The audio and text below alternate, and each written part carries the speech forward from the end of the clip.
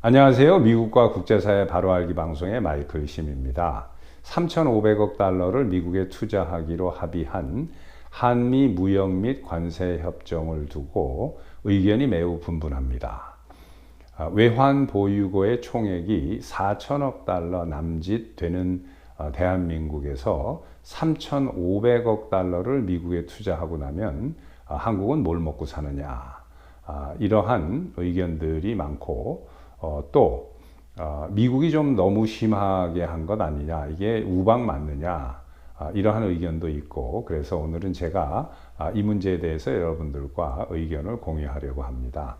그 전에 오늘도 후원해 주신 여러분들께 깊은 감사의 말씀을 드립니다. 마이클 심 TV는 여러분들께서 보내주시는 자율 시청료로 운영되고 있습니다.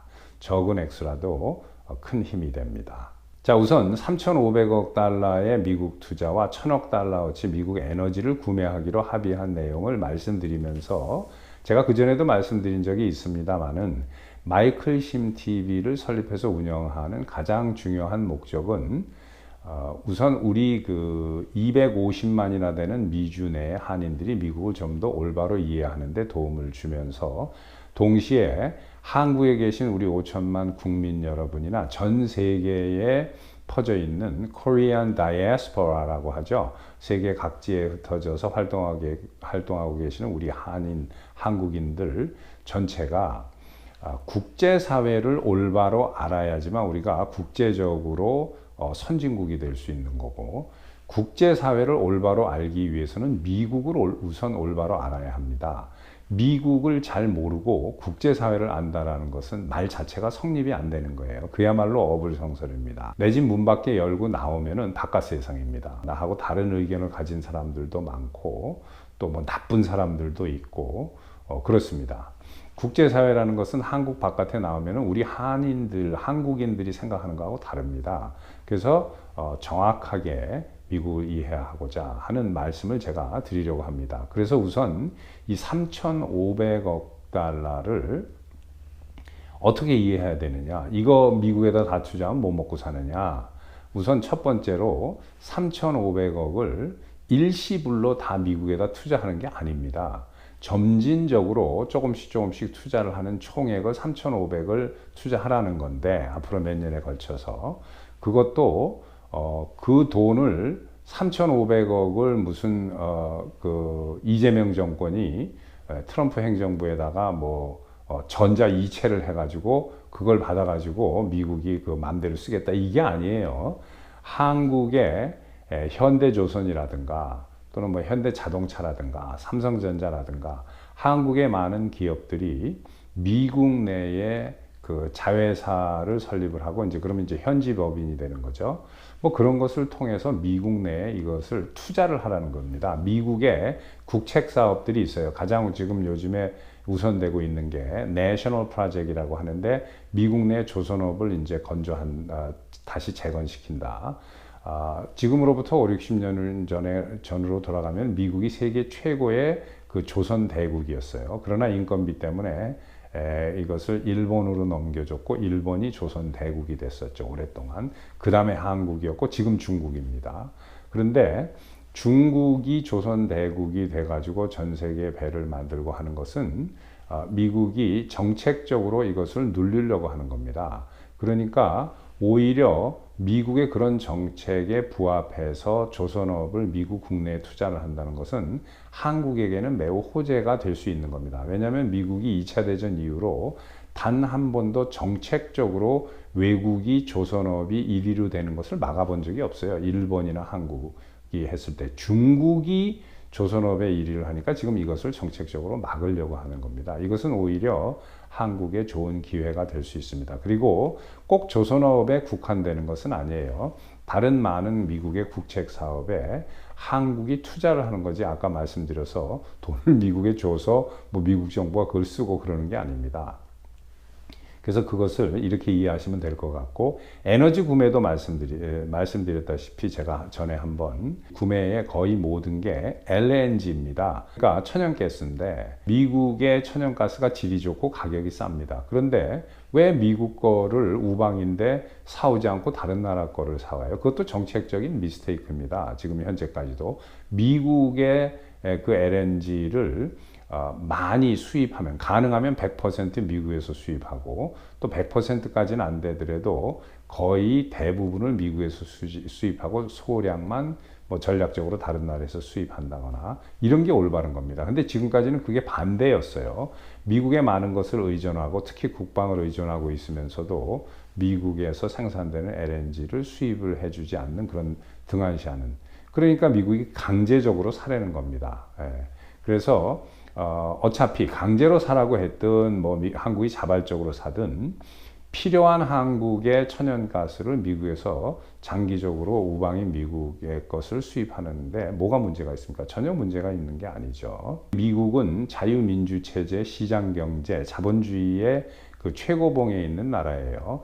절대 남의 나라 돈을 강제로 무슨 먹는다거나 그런 게 아닙니다. 투자하라는 거지. 옛날에 뭐 중국 애들이 조선시대 때 조공을 바치듯이 뭐 비단 몇 필 뭐 해서 하다못해 처녀까지 데려가든 그런 조공을 바치라는 게 아닙니다.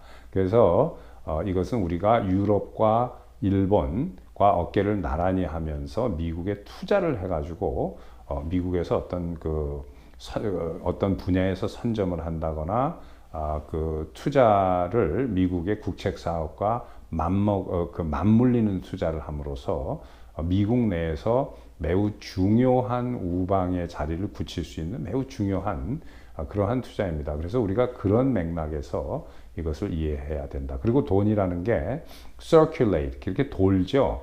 그러니까 3,500억을 미국에다 몽땅 다 투자하면 뭐 먹고 사냐가 아니라 점진적으로 미국에 투자를 하면서 투자 이익이 나오면서 이걸 미국 내에서 돌리는 거예요.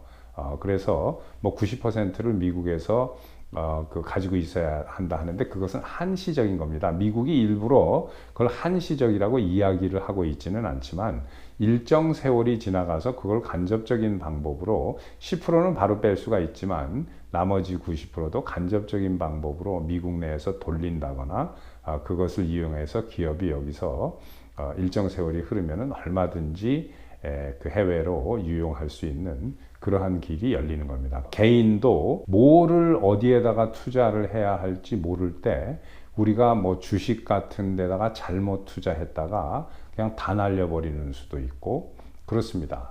그러나 은행의 그 CD라고 하죠. 은행의 CD 또는 그 고금리, 원금이 보장되는 고금리 투자 상품 뭐 이런 게 있어요. 그럼 그런 데다 투자를 하면 원금은 보장되고 고금리가 돌아오기 때문에 뭐 엄청나게 주식 투자나 이렇게 해서 한 방에 뭐 큰 돈을 버는 건 아니지만 원금 보장 플러스 금리를 좋게 쳐서 내가 받으니까 위험한 데 투자를 하는 것부터 낫죠. 미국에다가 외환 보유고의 대부분을 투자를 하게 되면 안전한 거죠. 그리고 미국의 그 트럼프 행정부 입장에서 보면 일본, 한국, 유럽 다 이렇게 경제적으로 많이 발전해 있고 선진국의 대열에 들어와 있는 이러한 나라들은 지난 한 70년, 80년 동안 2차 대전 이후로 미국이 원조하고 미국이 도와주고 특히 그 국방을 대신해주는 이러한 결과 때문에 유럽, 일본, 한국은 그저 경제 발전에만 포커스를 맞출 수 있어서 이러한 결과 오늘날의 선진국 대열에 끼었고 이러한 외환 보유고를 갖게 됐다. 그러니까 그 돈을 다시 미국에 투자를 하는 게 옳다라고 보는 겁니다. 그리고 그것은 많은 경제학자들도 동의를 하는 거예요. 왜냐하면 미국은 자본주의 시장 경제를 바탕으로 한 자유민주 체제의 국가입니다. 그래서 일본도 한국도 유럽도 미국에서 그런 식으로 지난 80여 년을 보호하고 도와주고 어떤 의미에서는 키워준 면도 있는 겁니다. 그런데 이렇게 해서 발전돼서 오늘날의 위상을 갖게 된 나라가 이 깡패 쓰레기 국가인 중공애들하고 손을 잡게 되면 안 되겠죠. 그러니까 이것은 자연적으로 그런 돈이 미국과 일본, 한국, 유럽 사이의 선순환 구조로 경제를 돌리는 것이 맞는 거예요. 미국의 외교 정책은 냉전 당시에 그 친미 국가를 원조하고 같이 경제적으로 서로 돕고 하는 외교 정책에서 1990년대 소련이 패망한 이후에 당시의 대통령은 미국의 조지 부시 대통령이었어요. 아버지 대통령이었습니다. 그때 미국은 글로벌 정책으로 미국의 정책을 바꾸면서 미국이 전 세계를 지배하는 글로벌 다머넌스 정책으로 간 겁니다. 그래서 이 글로벌 다머넌스 정책으로 가면서 중국 애들이 지지리도 못 살고 공산주의 계속 하는데 저거 조금 잘 살고 먹고 살만하게 해주면은 자본주의로 바뀔 가능성이 많다. 그래가지고 중국에 공장을 져준 겁니다. 또 미국은 그때 탈산업, 포스트 인더스트리얼 에라로 접어든다라는 그런 지배적인 학자들이 그런 걸 주장하는 사람들이 많아서 미국은 앞으로 제조업은 땀 흘리고 힘든 거니까 이것은 인건비가 싸고 노동력이 풍부한 중국에 주는 게 맞고 경제학 논리로 봤을 때 미국은 앞으로 세계 패권을 계속 유지하는 데는 최고 첨단 산업만 가지고 가면 된다. 즉 예를 들어서 우주항공학, 그 다음에 컴퓨터와 AI, IT, 또 제약, 의학, 그리고 금융, 이러한 것, 내노 테크놀로지, 이러한 첨단 산업만 미국이 세계 최고로 가져가고 땀 흘리는 제조업은 중국으로 주자. 그러면 쟤네들도 좀 먹고 살게 되고 우리는 계속해가지고 최고의 첨단만을 우리가 이끌고 가면은 전 세계의 글로벌 다머넌스는 미국이 유지할 수 있다라는 이러한 그 이상적이고 이론적인 계산을 했던 게 1990년대에 미국의 민주공화 양당이 다 똑같은 생각을 한 겁니다. 그 결과 중공이 진짜 그 몇십 년 만에 먹고 살 수 있게 조금 된 거예요. 그것도 국민의 한 10% 정도만, 90%는 뭐 아직도 가난합니다만은. 그런데 미국이 계산한 거와는 달리 중국이 룰을 지키지 않고 미인계다, 뭐 돈으로 부정부패, 누구 뇌물을 매기고 해가지고 전 세계를 다 엉망을 만들어 놓은 겁니다. 먹고 살만하게 되면서. 그리고 북한과 마찬가지로 공산주의 독재 정권을, 전체주의 정권을 포기한 적이 한 번도 없어요. 오히려 시진핑이가 되면서 더 강화를 했습니다. 그러니까 미국의 트럼프 대통령은 지금으로부터 9년 전에 2016년도 대선에 출마했을 때 미국의 글로벌 정책이 틀렸고 미국과 같뜻을 같이 하는 나라들은 우리가 돕고 같이 가지만 그렇지 않은 나라들은 우리가 이것을 같이 껴안고 갈 필요가 없다.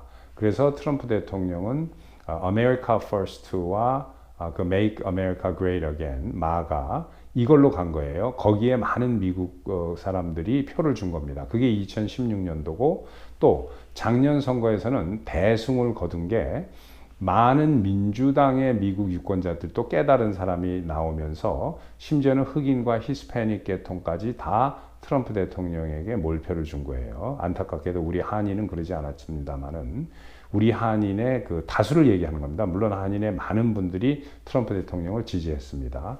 하지만 그렇지 않은 분들이 훨씬 많아요. 그래서 이런 식으로 작년에 몰표를 받고 엄청난 대승을 거둔 게 역시 트럼프 대통령이 비난했던 글로벌 외교 정책은 틀렸고 마가로 가는 게 맞다라는 걸 깨달은 민주당 사람들이 이쪽으로 트럼프 대통령에게 표를 줬기 때문에 엄청난 대승을 거둔 겁니다. 그리고 트럼프 대통령은 국민이 뽑아준 대로 선거 공약을 지금 지키고 있는 거예요. 그것을 간단하고 쉽게 무역 및 관세 협정을 그 측면에서 말씀을 드리면 이겁니다. 니들 미국이 잘 먹고 잘 살게 해준 거를 인정을 못해. 지난 7, 80년 동안 2차 대전 이후로 그게 인정이 안 되면 딴 데 가서 알아보라는 거예요.